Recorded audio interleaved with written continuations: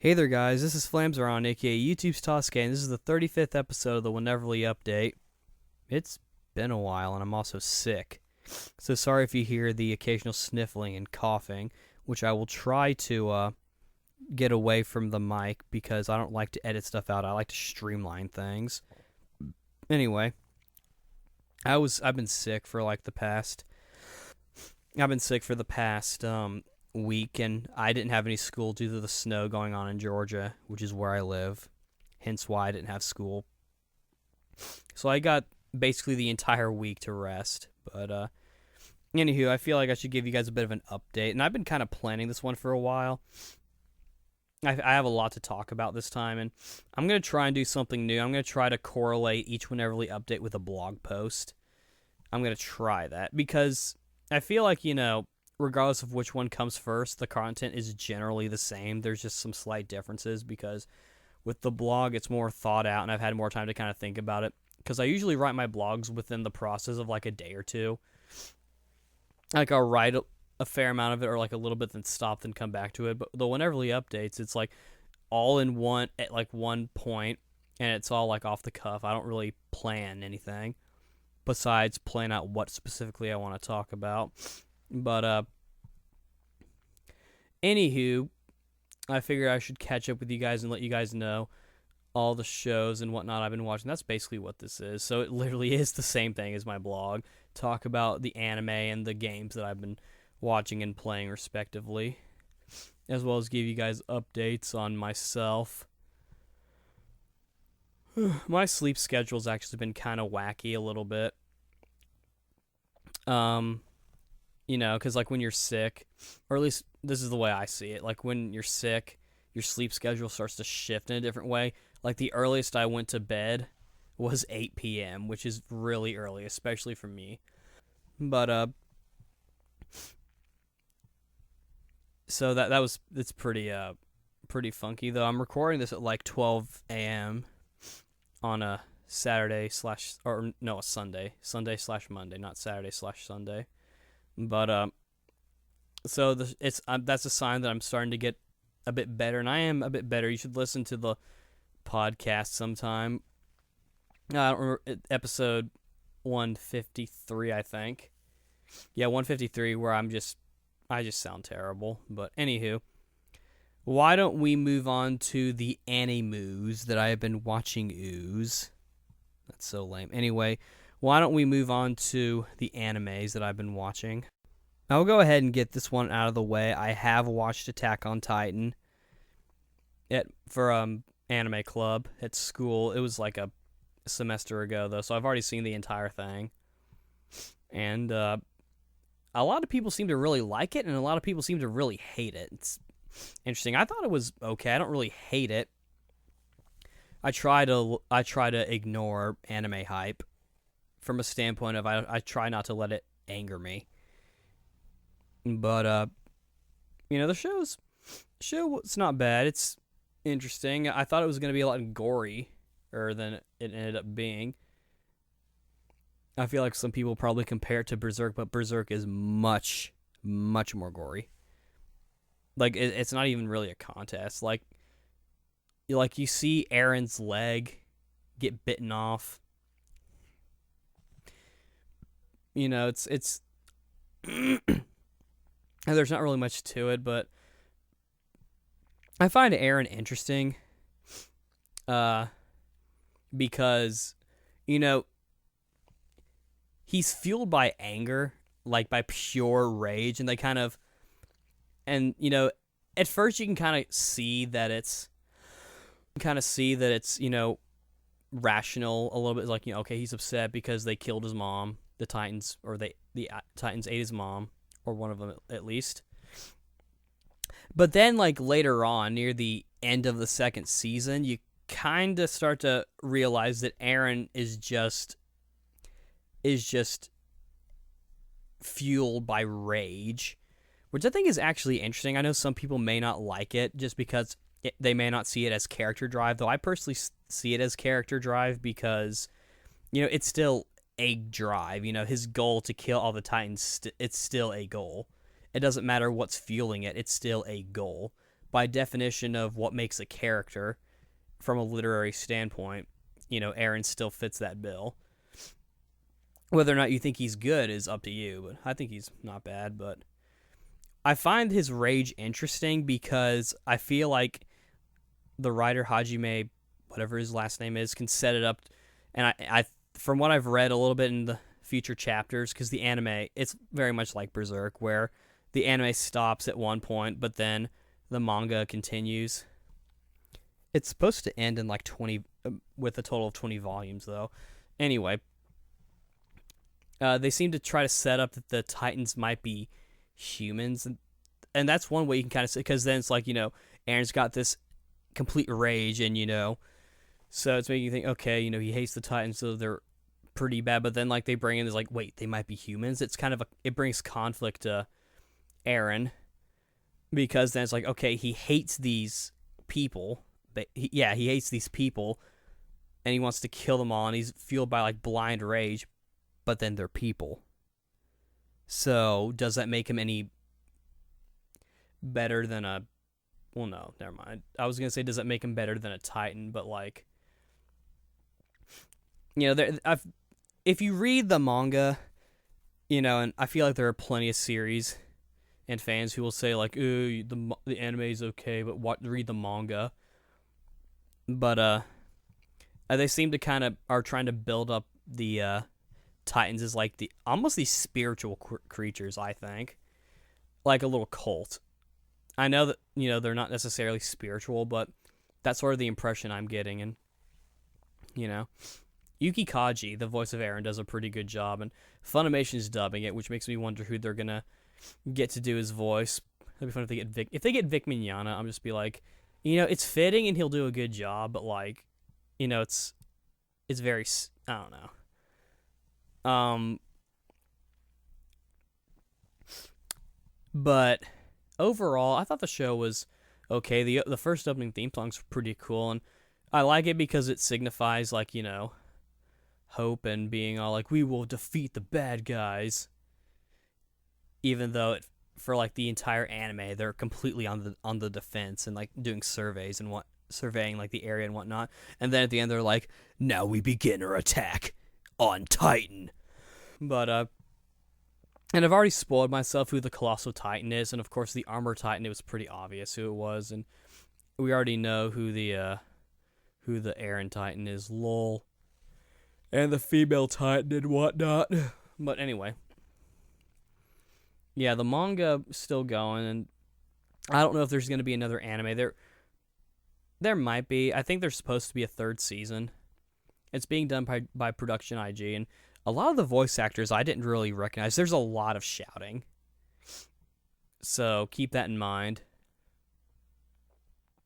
But I mean, if you don't like shouting in your anime, but anywho, that's Attack on Titan. Overall, I don't mind it. If you don't like it, you don't like it. If you like it, you like it. That's fine. But for me personally, I thought it was generally okay. The other show we watched in Anime Club last semester was Sunday Without God, which is a show I picked up a while ago, and then I'm like, oh, we're watching an Anime Club, so I'll just watch it there. This one I actually liked more than Attack on Titan, and I think I was one of the only few people who thought that. But in the club, I mean.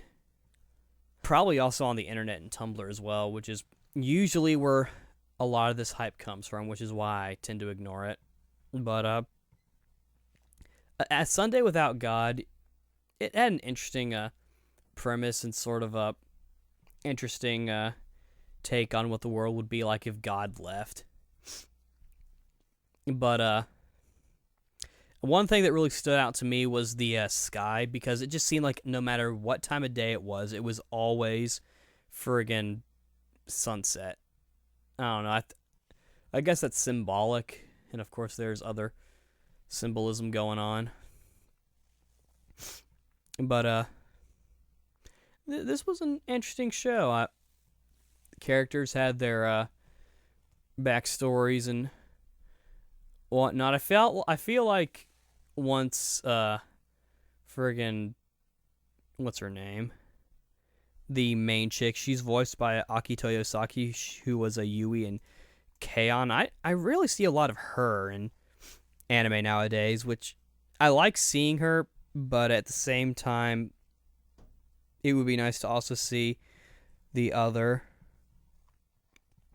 voice actors from K-On!, like the main ones at least. I think some of them still do stuff, but I Aston. Oh yeah, I forgot her name is friggin' the Japanese word for love. I feel like I doesn't really like once she leaves the village. It's like she doesn't really have any clear goal. And, like she's kind of just doing whatever. But I actually don't remember too much about the show. It's funny. I say that I liked it more than Attack on Titan, but I remember more of Attack on Titan. In fact, I think I actually still need to watch an episode because I remember I missed one.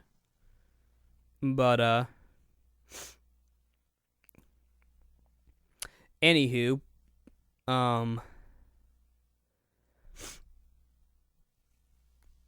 this show, favorite character is probably Alice or Yuli. Probably like them, and of course, Hampney Hambert. I like him as well. He had his moments, even if he was only in one episode. But this show, I don't remember hardly any of it. On the blog entry, it'll be all like, "Oh, I remember this scene and this scene and this scene," but like, I'm just trying to think to like the later points because the stuff that really really are sticking out to me right now is like the beginning part where Ai's in her village and then like she learns about the whole fact that that everyone in the village has been undead the entire time. That's the thing about this. It's like she's a gravekeeper and she's the only person who can actually quote unquote kill people. In a manner of speaking, she has to put people to rest, otherwise people won't die and they'll just become like mindless monsters. Kind of like Dark Souls a little bit when you think about it, except there's no like putting someone's grave down. I think like once you actually go full hollow at that point, like you just die after you're killed once. Perhaps. But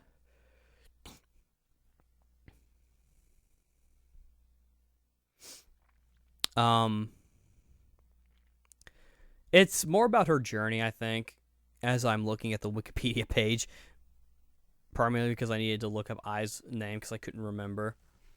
One thing that I kind of wish it did, now that I think about it, was that it kind of started off like, it was just going to kind of be about Ai's travels, and each episode or each few episodes would kind of have like their own arc. They started doing that, but then it kind of goes into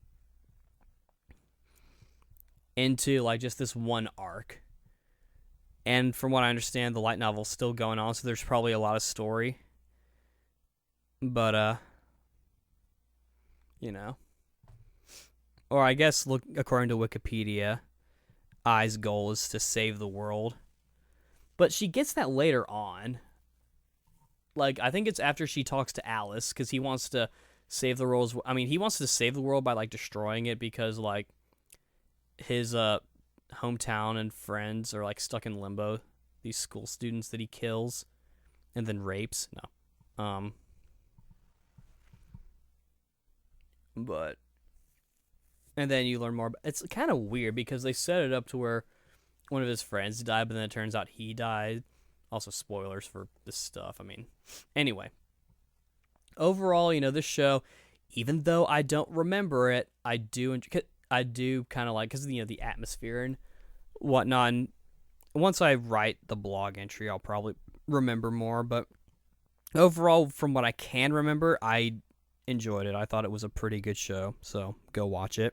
One of the other shows that I started watching while Anime Club was going on, this one I just watched on my own on like Crunchyroll, is called My Absolute Choice is Affecting My High School Life. Another one of those shows with a really long title. But This one I got interested in for the central reason, the uniform. I actually really like the uniforms in this show, and it's one of those shows where the uniform rules are kind of loose, so you'll see you'll see it kind of set up in different ways, which is nice because then it's easy, because then it keeps your eye stimulated. No, but this show was kind of funny. It was a little over the top, and the main character's got this little curse where this thing called absolute choice, where randomly he'll have to make a choice between two things, sometimes three or four, and he has to do it. Otherwise, he'll get like really bad headaches. So he has to do something. And it's funny because he ends up doing silly stuff because they're either less painful or they're less scarring or they're less harmful to someone he likes. But my favorite character, I can't remember her name either. She's the silver hair chick. But I will look up her name. Oh yeah, Yukihira. I like her. She's funny. She's like a weird she's Wikipedia's calling her a tsundere. I don't know if I'd agree with that. She's more like, it's like she just doesn't. Yeah, cause she's not really, not in my opinion, because she's mean to the main dude, Kanade, according to Wikipedia. I'm sorry, I can't remember some of these characters' names. It's been a while. Plus, I've been sick. Deal with it.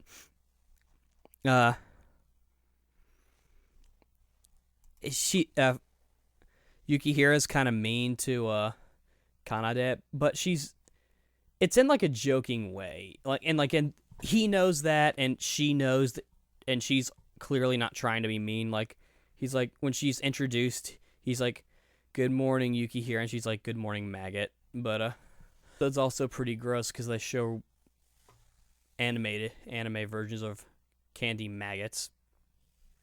But it's an interesting show. But she's funny, and she has like a softer side, which she doesn't want him, Kanade, to see, even though she lets him see it.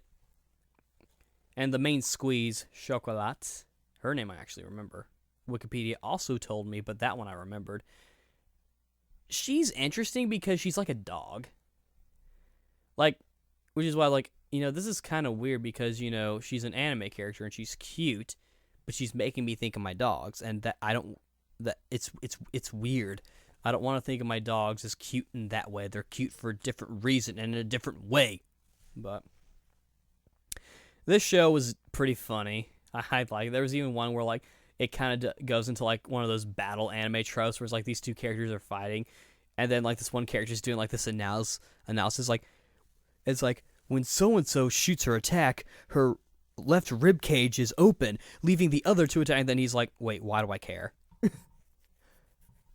It's kind of funny, and of course, there's also some tickling involved. This show definitely has some fan service, but I also think its humor makes up for it if you just hate fan service, which some people do, because they're not true fans now. But this show I thought was pretty funny.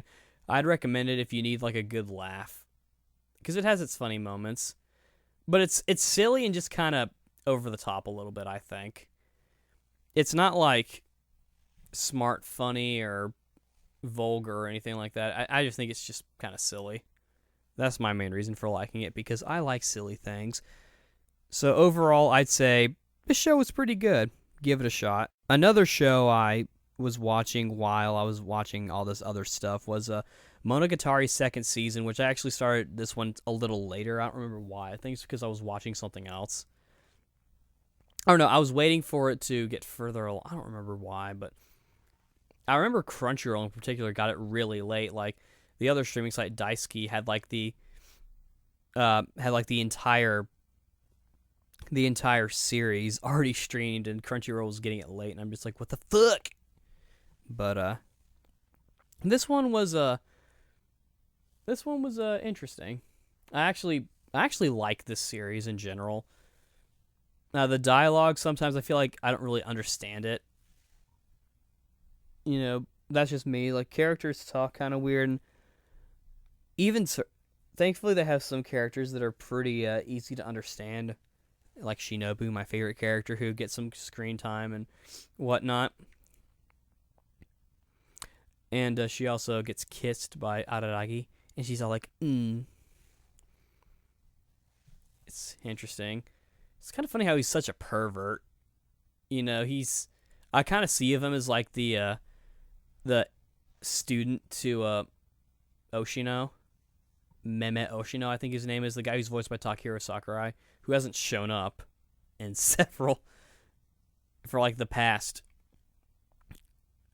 several seasons. I think there are like 3 of them at this point. Yeah, in total 3, including this one. There are 3: Bakemonogatari, Nisei Monogatari, and Monogatari second season. Excluding Neko Monogatari, and well, I just kind of skipped those.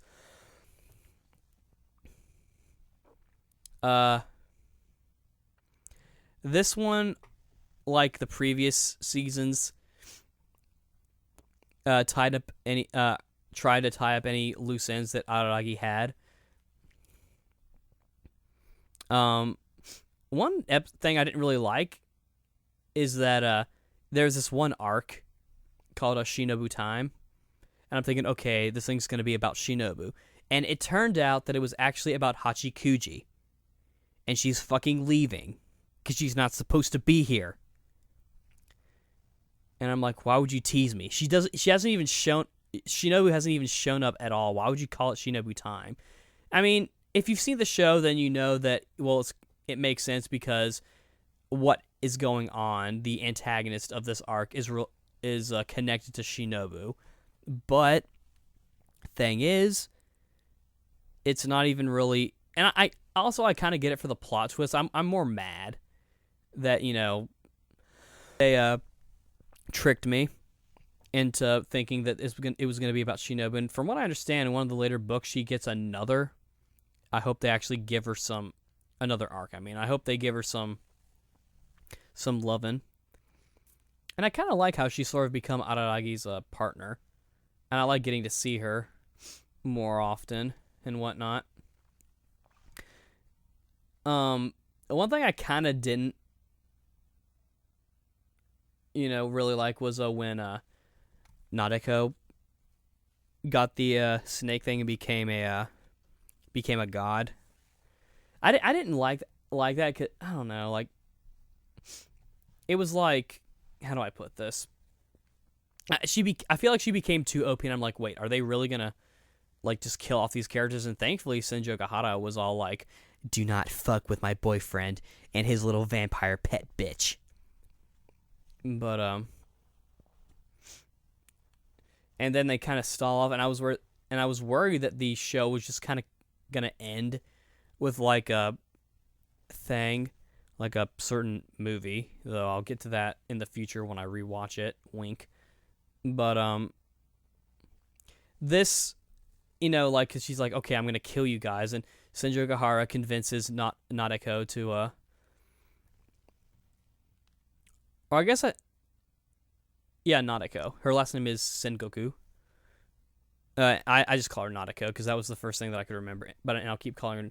If you're confused on who I'm talking about, I'm talking about by Senjo Gahara. I'm talking about Hitagi Senjo Gahara, Araragi's girlfriend, and by Araragi I'm talking about Koyomi Araragi, the protagonist, the guy with like the weird cowlick who had like and Hachikuji Mayoi Hachikuji. And of course, Shinobu is Shinobu Oshino. And Nadeko is Nadeko Sengoku. So much Japanese. I freaking love the language, I'll be honest. I love the Japanese language. Anywho. And so, Shinobu Time, I believe, is the one that takes place after the snake one. So it's like, okay. And that's where I started to get a little worried. I was glad that we were getting another section of the story, but then I'm like, wait a second.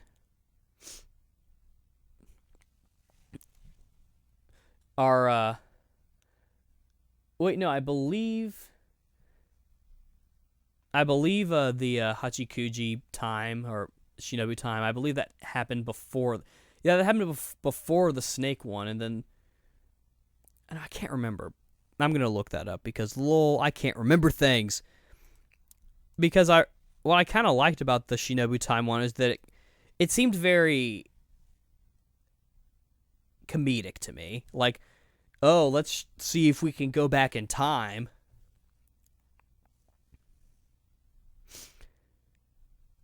Oh, I'm thinking of two different things. There are two different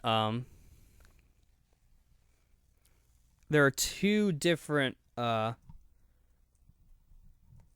are two different sections for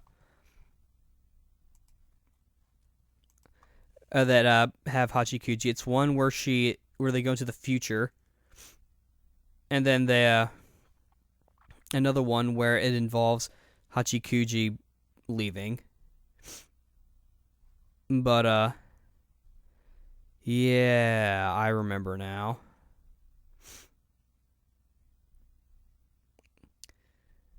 Yeah, it's like there's one early on called Mayoi Jiangshi after episode 7, and then they do Shinobu Time. Then after the second summary, it's Nadeko Medusa, and then it goes into Shinobu Time, and then it goes into Hitagi End, where Senju hires what's his name? Kaiki, the antagonist from one of the antagonists from Neko Monogatari, the con guy who gives Karen the snake, not the snake, the bee. Thanks Wikipedia for touching me in a way that makes me get touched. But anyway, and she hires him, and this is his chance of being a con man. But it's kind of funny how they set it up because he tries to deceive her, and short answer is that it doesn't work. But then he ends up using real facts. He ends up doing something truthful, so it's kind of a break from character. And then, of course, at the end, he dies. After he fixes Nadeko, he basically tells her, like, stop this bullshit, become a manga artist. Because she had, like, Nadeko had, like, this big secret that she was a manga artist. And Nadeko herself is, like, an interesting character. She's interesting. But, so that's another sort of love interest of Araragi that gets tied up. The first one being fucking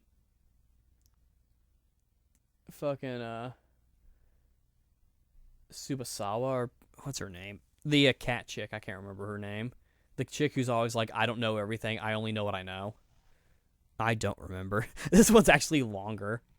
Because I record these parts separately in a way to kind of control the time, but this one's kind of long. I think just because I'm actually really enjoying the series, and I'm looking forward to the next anime they do, and of course the movie when it eventually comes out. Of course, the movie will most likely not be on Crunchyroll because, And Aniplex has already announced that they're putting Monogatari second season on Blu-ray, so that's cool. I wish they would put it on DVD.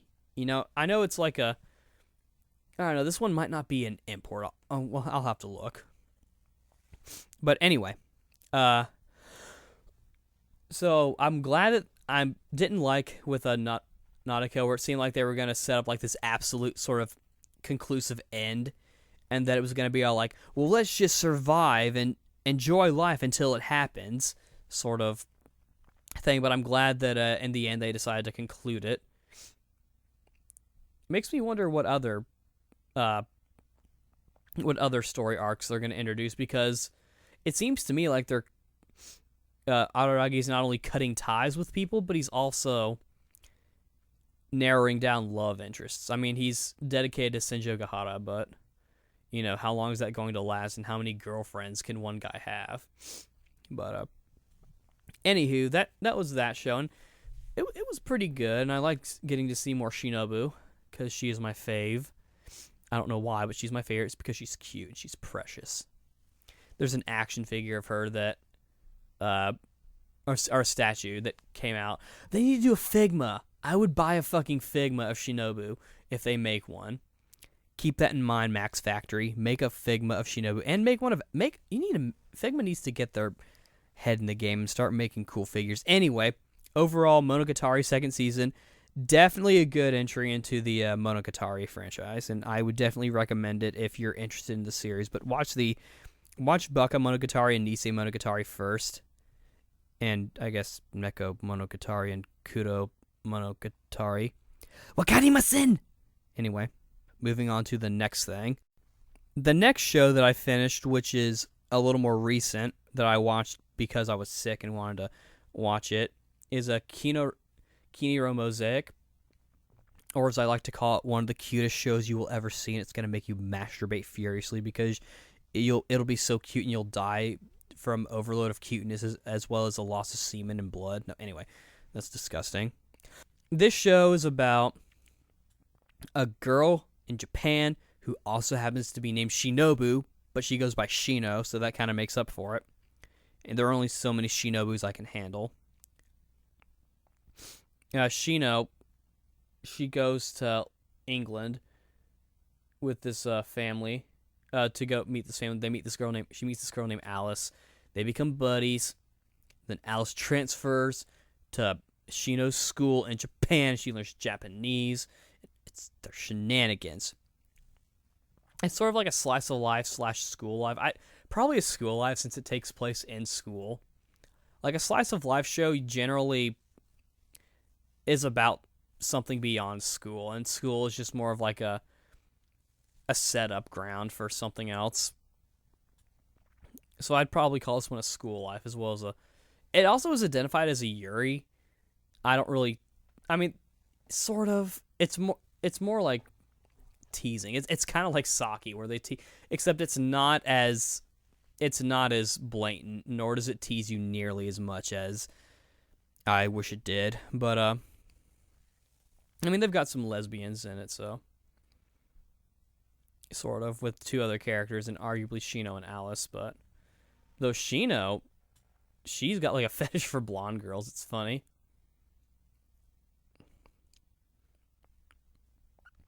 And the different episodes are like different kinds of things. They're all little silly dealios. And then this other character named Karen. Karen. Or Karen. No, it's fucking Karen. Karen, she, another British girl comes in. But she's half Japanese, so she kind of goes from place to place. She shows up, so we get two English characters, and the main reason why I mentioned that is because they actually use English in this, and for the most part, it's okay. Alice's voice actress does a pretty good job with English, and there's even one part where she speaks English in a lot. It's kind of funny, though. It's like this really weird random stock stuff. Like, she's not even really saying anything really coherent. She's forming sentences, and they make sense, but not in the context. Like, it's just, it doesn't go along with what everyone else is talking about, I guess. But it's a pretty nice show, and of course, a big thing that people say about the English is that, the accents, though personally I really think that an accent doesn't have hardly anything to do with language. It's about your location. But so some characters have accents, and Karen in particular, when she speaks English, sounds like a fucking baby. But this show's really cute, and it's definitely something to watch if you need something to kind of mentally wind down. That's really all I can say about it. There's not much to it in terms of like real plot from what I can remember. It's kind of like it's sort of like Chronicles of the Going Home Club, where it's just like different. It's one of those shows. It's more about the character interactions and their lives, and them hanging out and spending time together than like a big plan set up by Dr. DeVivel. And Dr. DeVivel is trying to make Alice a man, and he's going to do that by making her wear the boy's uniform, because that's what you do. Anywho, that's that, and those are all the shows that I've completed, but there is one more show that is currently ongoing that I've been watching. And that show is Saki the Nationals, the next season storyline of the Saki show about mahjong and lesbians and schoolgirls finally started. And it's kind of weird going back to the original cast because I don't remember too much about them. And Saki episode of Side A, they show you Nodoka for a little bit, and then she kind of leaves because the focus is on the other people, and I actually kind of like the other characters a little bit better. I don't know. But I think just because I got more into the story of episode of Side A than the original. I like the original, but anyway. And of course, they're prominent in this because I'm pretty sure they reached the Nationals. This show is it's actually taking some turn. You know, it's interesting because the first Saki is just to kind of set everything up, and it had lots of lesbians in it, lots of teasing that really pissed me off. An episode of Side A was, you know, seemed more like the original, more like an original one to me. Like to me, it almost seemed like episode of Side A was the original, and the regular Saki was like the spinoff. Even though it's not the case, or I don't know, like episode of Side A seemed to sort of have that kind of feel to it, and I got more into the characters, which is also transitioning into the Nationals arc because I'm starting to kind of notice more about the characters. For example, you know, at the last episode of the original Saki, they show like previews of the little preview of the National stuff. I think just for the sake of a preview of what's to come, not actually a preview of the anime itself, and they show like a scene of Saki and Nodoka kind of being at a bit of a riff in their friendship, and now I kind of know why. I feel like they're trying to build up Saki as being this girl who's like obsessed with like mahjong and winning. I feel like they're trying to set her up as like she's so focused on, you know, meeting her sister and winning at mahjong that she even gets kind of mad when this other chick shows up, and she's new to mahjong, but she's really good. And they keep the tradition of like playing a different ending depending on what's going on. And they had this really, really cool ending. And I'm like, oh, it's like this awesome rock song. It's like, it's getting me pumped up. Because it almost sounded like it was building up this one character as being like this master mahjong player. But anyway. So Saki, her priorities are somewhere else, and it's going to lead to a turnoff. My prediction is that it's going to lead to a turnoff for Nodoka, and she's going to be like, why do you always focus on your character? And they're going to get into a fight and whatnot. Part of the reason, one thing about this show is with the voice act, because I haven't seen these characters in so long, their voices sound kind of weird to me. It's like, wait, did they really talk like that? Like the one guy, the blonde dude, he was voiced by Jun Fukuyama, who you would recognize as fucking Kyle from Tales of Destiny and Lelouch from Code Geass.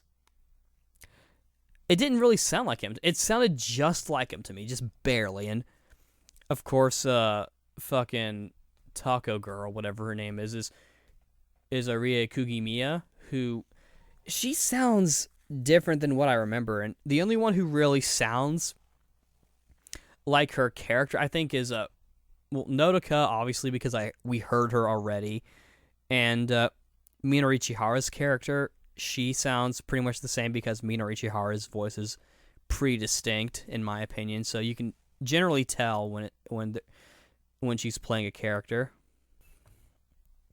Anyway, so this show we're in like the borderline halfway point. I don't know how long this one's going to be. I don't know if it's going to be 12 or a 26 episode, or I hope it's longer, actually. I don't know if it's going to go through the entire Nationals arc. But, anyway. This one I think I'm actually kind of interesting to see where it goes. I feel like with Saki, you might be thinking like, wait, this is a sports anime.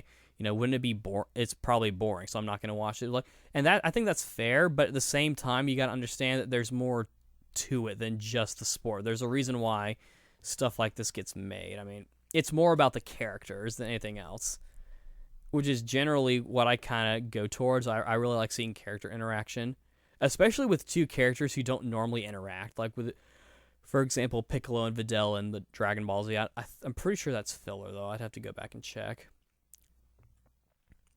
But anyway, this little dealio of Saki is interesting. I'm recording this on Sunday, and there actually wasn't a new episode this week, and it made me sad.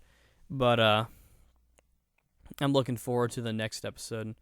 I'm looking forward to see Saki go down, and more lesbians and more cute girls in their school uniforms, and all the little bubbly voices that go on, and all the little special techniques that they all have. But anywho, Saki the Nationals, I'm actually enjoying it. And if you want to see some, and if you are interested in, and if you watch like sports shows, like sports animes or certain anime for like the character interaction and seeing how the characters develop and how they react, then I would recommend this one. I'd recommend the entire series because of that.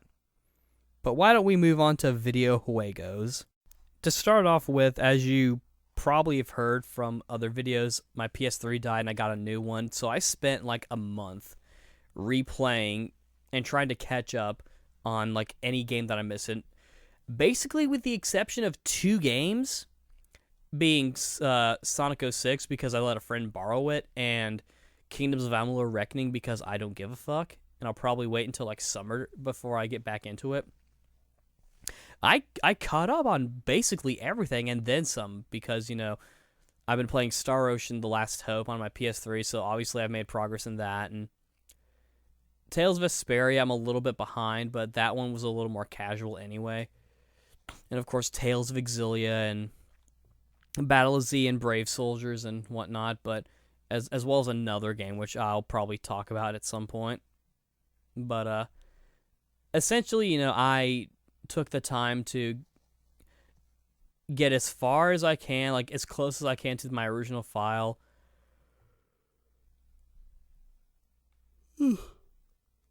Sorry, yawn because I'm tired. Yeah.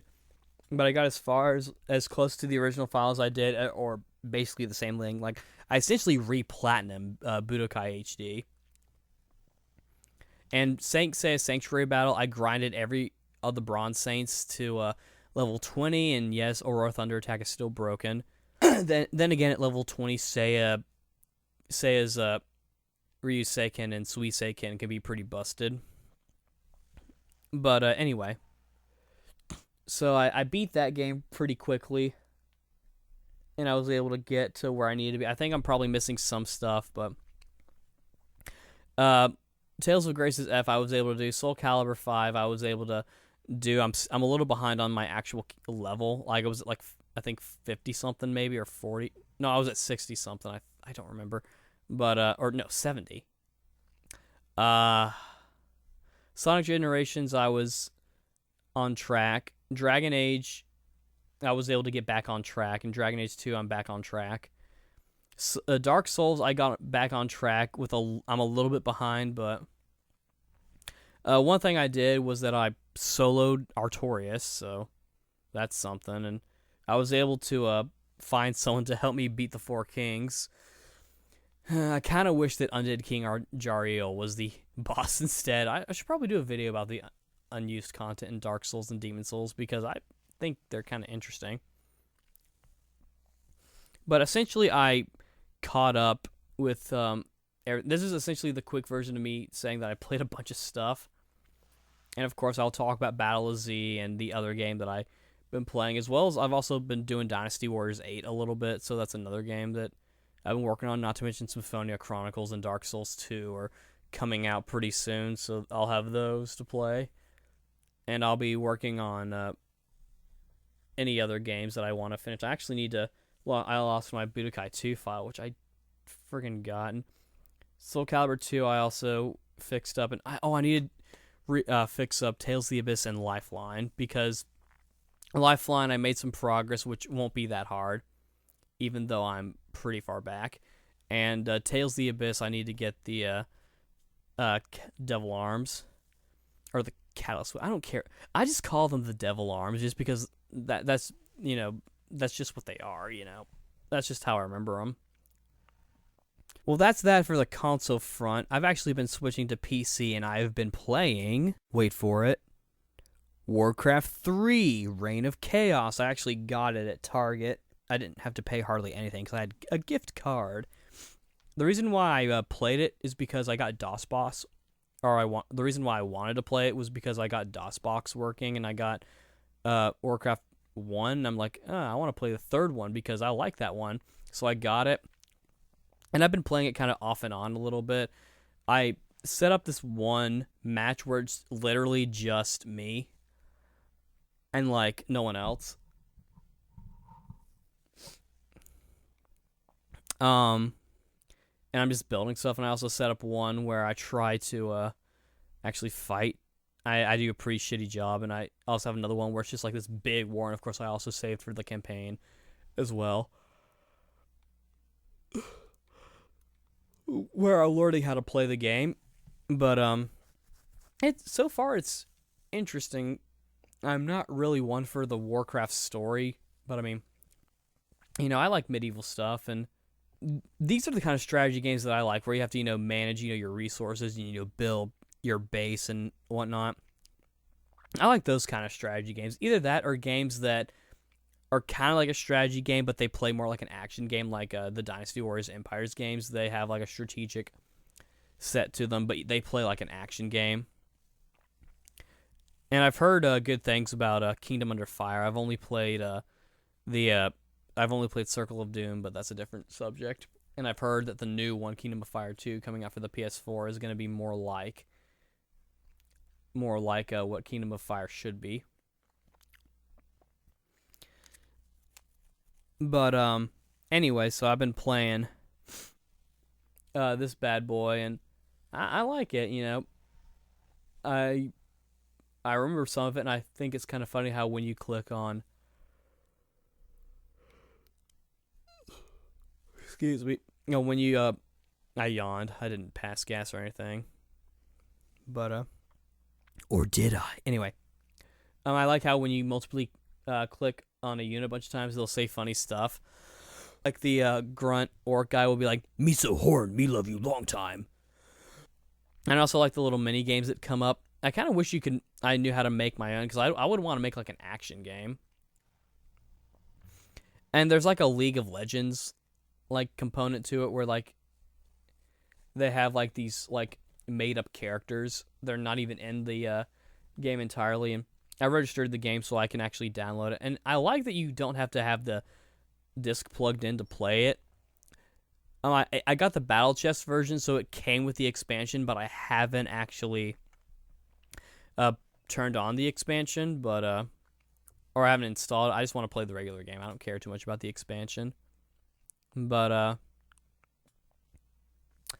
anywho, it's a pretty fun game, and I'll probably play more of the campaign. For me, with PC gaming, I sort of just for me, PC gaming is super casual, because I use my computer a lot anyway. It's more like having an iPhone game. I actually got an iPhone, so I've been playing the Fruit Ninja, but that's a different subject altogether. But yeah, that's pretty much all I've been doing for the past while. I guess I'll go ahead and say it now. I want to say that I've been working on a samurai story, kind of at this point, sort of off and on. I've got a bunch of books for research, because what I want to do with it is I want to accurately portray what it was like being a samurai, like beyond like the wars. I want to kind of go inside the samurai stuff. I have the Hagakure, and so I'm kind of learning their mindset that way. I feel like it's not really giving me what I want, but I'm also going to use it to kind of help me out with the story. I'm not going to give anything away, but essentially, and you probably won't even hear about it until like I've made like big progress. Like if you're friends with me on Facebook, I've made some posts about it. But anywho, I just want to let you guys know that I am working on a samurai story. Hopefully I'll get it. I'd like to get it published if it's long enough.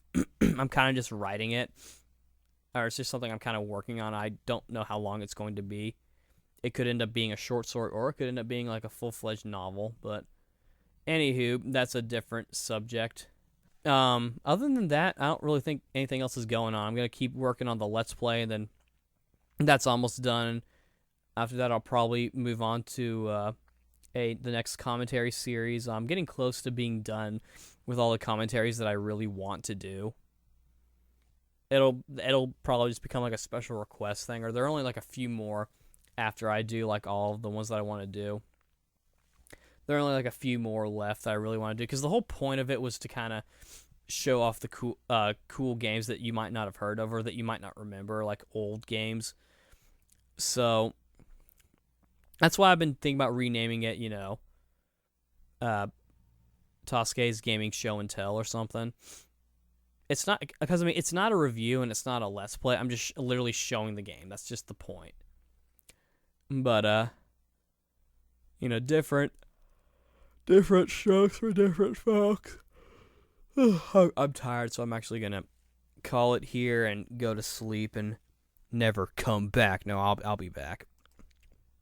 So yeah, this is Flames Around aka YouTube Sasuke signing out. See you guys later, and I'll keep making videos for you guys. And yeah, good night.